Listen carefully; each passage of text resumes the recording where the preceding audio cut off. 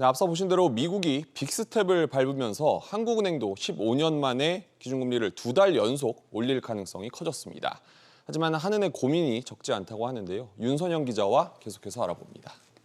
우선 상황만 놓고 보면 한은이 금리를 또 올릴 수밖에 없는 분위기긴 하죠. 네, 지난달에 0.25%포인트 올리면서 지금 1.5%인데요. 이달 26일에 열릴 금통위에서 또 올릴 가능성이 큽니다. 이창용 총재 얘기부터 들어보겠습니다. 네. 5월 결정에 큰 변수가 될 것이 아마 미국 FOMC 미팅에서 지금 50bp 얘기하고 있는데 그렇게 됐을 경우에 아니면 더 이상 됐을 경우에 자본 유출입이라든지 환율의 움직임이라든지 이런 것들을 봐야 될 것 같습니다. 네, 미국의 이번 빅스텝으로 우리 금리와의 격차가 0.5에서 0.75%포인트로 크게 줄었고요. 미국이 두 차례 더 빅스텝을 밟는다면 우리 금리가 더 높아지는 한미 금리 역전도 배제할 수 없습니다.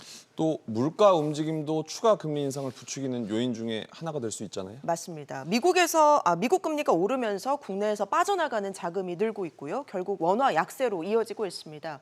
해외에서 휘발유 등의 물건을 사올 때 더 많은 돈을 줘야 하다 보니 물가가 더 오를 수밖에 없는 상황인데요. 네. 곧 물가 상승률이 5%대를 찍을 것이란 전망이 나옵니다. 한은으로선 가장 큰 정책 목표인 물가 안정을 위해서라도 금리를 더 올릴 수밖에 없는 상황에 놓인 겁니다.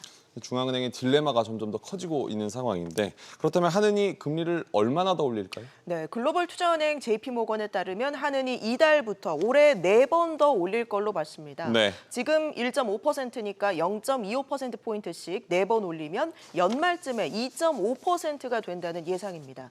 다만 금리를 올리자니 경기 침체 우려도 커지고 있다 보니 이런 부분도 부담이 돼서 이 한은의 고민이 깊은 상황입니다. 네. 이런 가운데 환율 시장 안정을 위해 한미 통화 스와프 체결이 유력하게 검토가 되고 있지만 키를 쥐고 있는 미국이 대가 없이 이를 수용할지 미지수입니다. 당장 우리는 끌려다닐 수밖에 없는 상황인 것 같습니다. 윤 기자, 잘 들었습니다.